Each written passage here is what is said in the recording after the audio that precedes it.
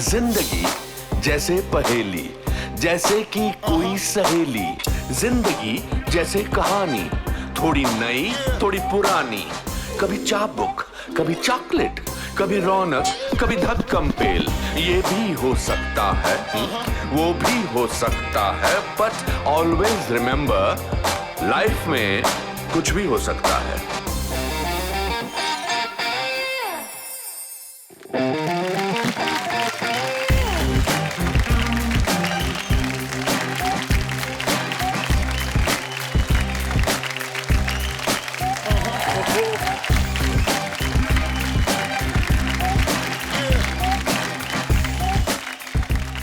दोस्तों, अगर चोट के कारण फुटबॉल ना खेलने वाला Mahendra Singh Dhoni Indian cricket team का कप्तान बन सकता है तो कुछ भी हो सकता है। अगर IIT pass out Chetan Bhagat Bharat का एक प्रसिद्ध नॉवेलिस्ट बन सकता है तो कुछ भी हो सकता है। और अगर एक कोलकाता का साधारण केमिस्ट अभय चरण एक आध्यात्मिक गुरु स्वामी प्रभुपाद बन सकते हैं तो कुछ भी हो सकता है। जीवन एक ऐसी यात्रा है जहां हर मोड़ पर एक अभिनव है और उस अभिनव का अनुभव ही दुनिया को रंगीन बनाता है। तो बिना झिझक पढ़ते हैं, क्योंकि लाइफ में कुछ भी हो सकता है। कहते हैं कि अगर किसी का स्वभाव यानी नेचर समझना हो तो उसका चेहरा गौर से देखना चाहिए। बिना कुछ बोले आपको समझ आ जाएगा कि उस इंसान से कैसे पेश आए। पर आजकल हमें एक दूसरे का चेहरा देखने का टाइम ही नहीं है, तो स्वभाव समझना तो दूर की बात है। हालात इतने खराब हैं कि जब आप किसी से हाथ मिलाते हैं तो उस व्यक्ति के नाम से आप अपने नाम पर ध्यान देते हैं। शायद इसीलिए आजकल के रिश्ते बहुत ऊपरी यानी सुपरफिशियल हो गए हैं। मेरा मानना है कि अगर आप अपने रिश्तों को मजबूत करना चाहते हैं तो एक दूसरे का स्वभाव समझना बहुत जरूरी है। इसी सीख के साथ welcome to the Anupam Kher show, कुछ भी हो सकता है। मेरी मां कहती है कि इंसान का स्वभाव उसके काम में झलकता है, तो कभी चिड़चिड़ा या गुस्सैल स्वभाव मत रखना, क्योंकि उससे तुम्हारा ही नुकसान होगा। जितना तुम खुश मिजाज रहोगे उतनी अच्छाई तुम्हारे काम में उभरेगी। अगर आप इतिहास के पन्ने पलट कर देखेंगे तो हर इंसान जिसका स्वभाव नीच था उसने सिर्फ बर्बादी ही मचाई है, चाहे वो चंगेज खान हो या हिटलर। एक व्यक्ति की अस्मिता उसके स्वभाव से बनती है और ये चॉइस हमारी है। आज जो मेरे मित्र यहां आए हैं उनका स्वभाव किसी संत से कम नहीं। ये एक ऐसे अद्भुत व्यक्ति हैं जिसका मन आईने की तरह साफ है और मस्तक पानी की तरह स्थिर। मैंने अपने 30 साल के करियर में इन्हें कभी निराश नहीं देखा, इन्हें गुस्से में भी बहुत कम देखा है, और इसीलिए इनके काम में अच्छाई झलकती है। दोस्तों, मैं बेहद खुशी महसूस करता हूं और स्वागत करता हूं मनोरंजक फिल्मों के बेताज बादशाह डेविड धवन का।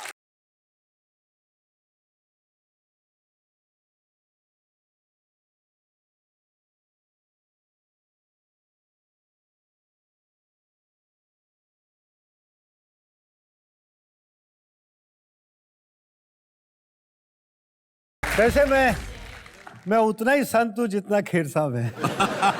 ये मेरे को गलत। डेविड, एक तो आई कांट हैंडल दिस कि आप इतने, हाँ करेक्ट। अब डेविड धवन अपनी फॉर्म में आया, इसको ठीक तरह से रख देते हैं। चलिए बैठिए। डायरेक्टर ऐसे ही होना चाहिए ना। ये मैं ले लूं आपकी जैकेट? ले लूं मतलब मैं रख लूं, आप मुझे ज्यादा अच्छी लगी। अरे यार, तेरे लिए जान हाजिर है, ये तो जैकेट है। Thank you so much. बैठ जाओ। बैठ जाइए। अभी क्या आज डायरेक्शन तेरी होगी।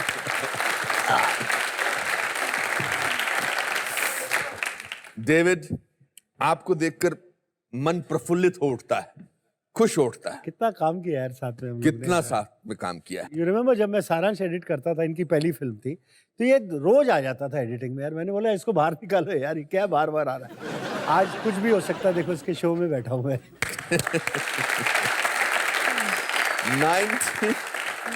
मैं आप लोगों को बताना चाहता हूं दोस्तों, 1984 में सारांश की एडिटिंग चल रही थी। हमने 1 जनवरी से शूटिंग शुरू की थी और डेविड धवन उसके एडिटर थे। और ये जब एडिट करते थे, क्योंकि मेरी पहली फिल्म थी, मैं हर रोज वहां पहुंच जाता था और ये हर रोज मुझे धक्के देकर बाहर निकाल देते थे। तो 30 साल की जर्नी में डेविड का ग्राफ और मेरा ग्राफ हमें एक दूसरे के करीब लाया, लेकिन ना डेविड चेंज हुआ है और मैं उम्मीद करता हूं ना मैं चेंज हुआ। करेक्ट बात है। छोटे शहर के लोग, मिडिल क्लास के लोग यहाँ से रहते हैं। डेविड, मैं आपका नाम एक्चुअल नाम क्या है? मेरा नाम एक्चुअल नाम राजेंद्र है। राजेंद्र धवन। अरे डायरेक्टेड बाय राजेंद्र धवन, मजा नहीं आता, डायरेक्टेड बाय डेविड धवन।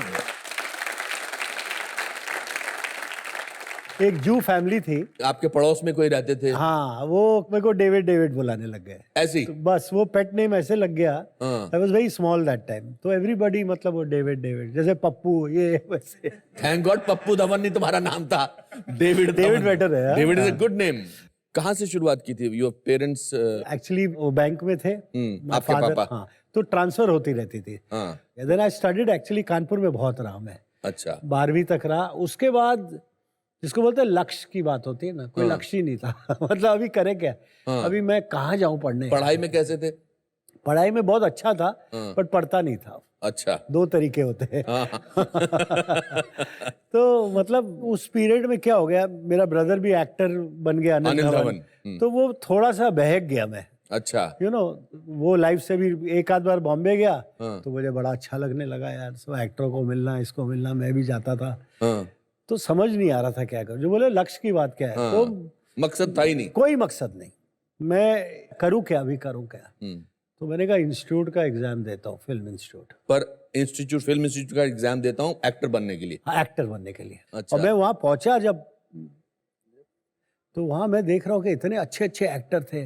वो राकेश बेदी था, सतीश शाह था, ये सब मेरे साथ के जो उधर सब देख रहे, the way they were behaving, ragging हो रही थी, सब कुछ चल रहा था।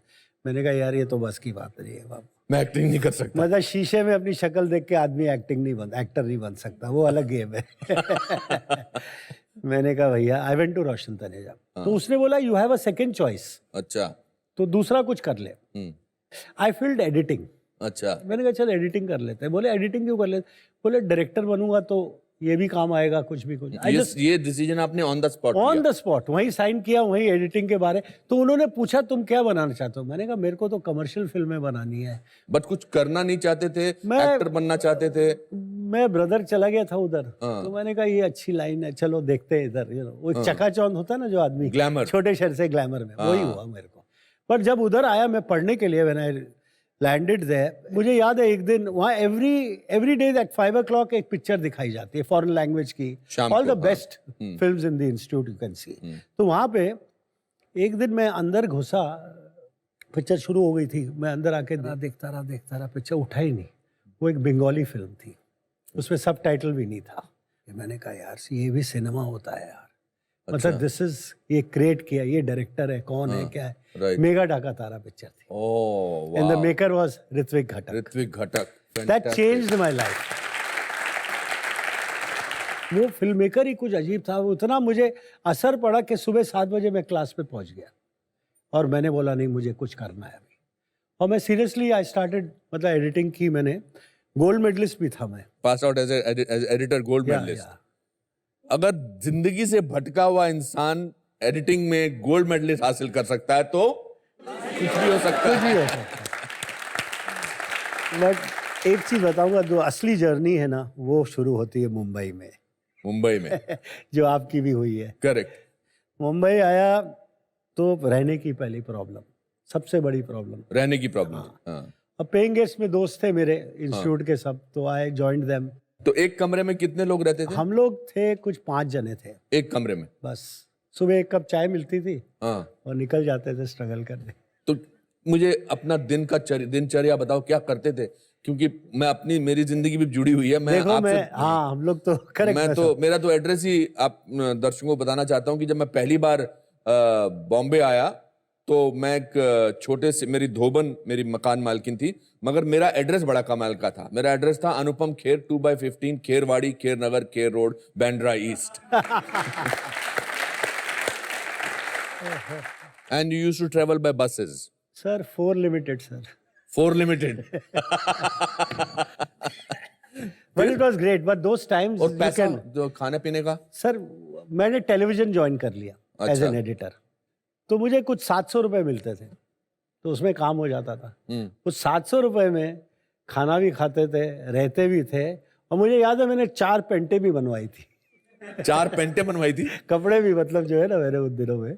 फर्स्ट ब्रेक मिला फिर आपको सावन जी की। जब मैं इंस्टीट्यूट में एडिटिंग कर रहा था ना, तो एक दिन अचानक एक गाड़ी आई बड़ी, और एक शख्स उतरे और वो अंदर ढूंढते हुए मुझे आ गया और मैं टेबल पे कटिंग कर रहा था। वो मुझे देखता है, डेविड कमाल है यार, तू तो एडिटर बन गया यार। सावन कुमार थे। सावन कुमार टाक जी। हाँ। He said, चल पास होके आजा, मेरी पहली पिक्चर तू करेगा। Oh, fantastic. So I got my first film with him, साजन बिना सौगन, जो सिल्वर जुबली पिक्चर सिल्वर थी। जुबली थी। Then गाड़ी चलने लग गई। फिर आपने स्कूटर ले लिया था एक, हाँ, हैं? मुझे याद है। मतलब मैं स्कूटर में घूमता था, सांता क्रूज से रेमनॉड वर्ली में स्कूटर में जाता था। How wonderful, how amazing. मतलब पहली गाड़ी जो ली थी ना वो कमाल है। कैसे? मेरा एक दोस्त था अवतार गिल, जो हाँ, एक्टर है ना। बिल्कुल बिल्कुल। तो मैंने बोला यार, कहता यार गल सुन, टैक्सी कैंसिल ले लेते, सस्ती पड़ती है बहुत। What is taxi cancel? Taxi है वो। हाँ। हाँ, वो उसके बाद आप जब उसको, अब वो जो अपनी जिंदगी जी चुकी है। हाँ, तो उसको फिर वो जो ऊपर जो पीला होता है ना उसको काला मार देते हैं ना, तो पूरी काली हो जाती है।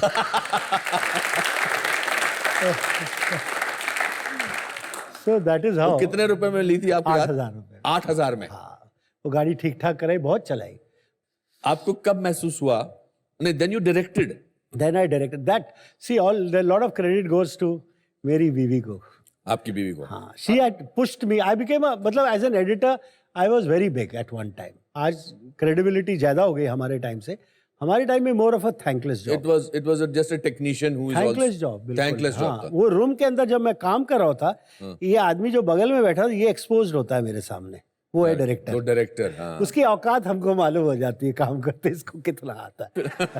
बट जब वो बाहर निकलता है, वो डायरेक्टर है, लोग अरे सर क्या पिक्चर बनाई है, बट मैं देख के बोलता है अरे इसको कितना आता है मुझे। बहुत सी फिल्में की मैंने। सारांश में मुझे एक प्रॉब्लम हो रही थी, आपको आज बताता हूँ मैं। बताइए। वो पिक्चर थोड़ी स्लो लग रही थी मुझे। अच्छा। क्या होता है, कुछ पिक्चर क्या होती हैं, एक स्लो होती है इनहेरेंट, हाँ। एक होती है एक्टर स्लो कर देता है। अच्छा। वो चल के आ रहा है, बात कर रहा है, बैठ रहा है।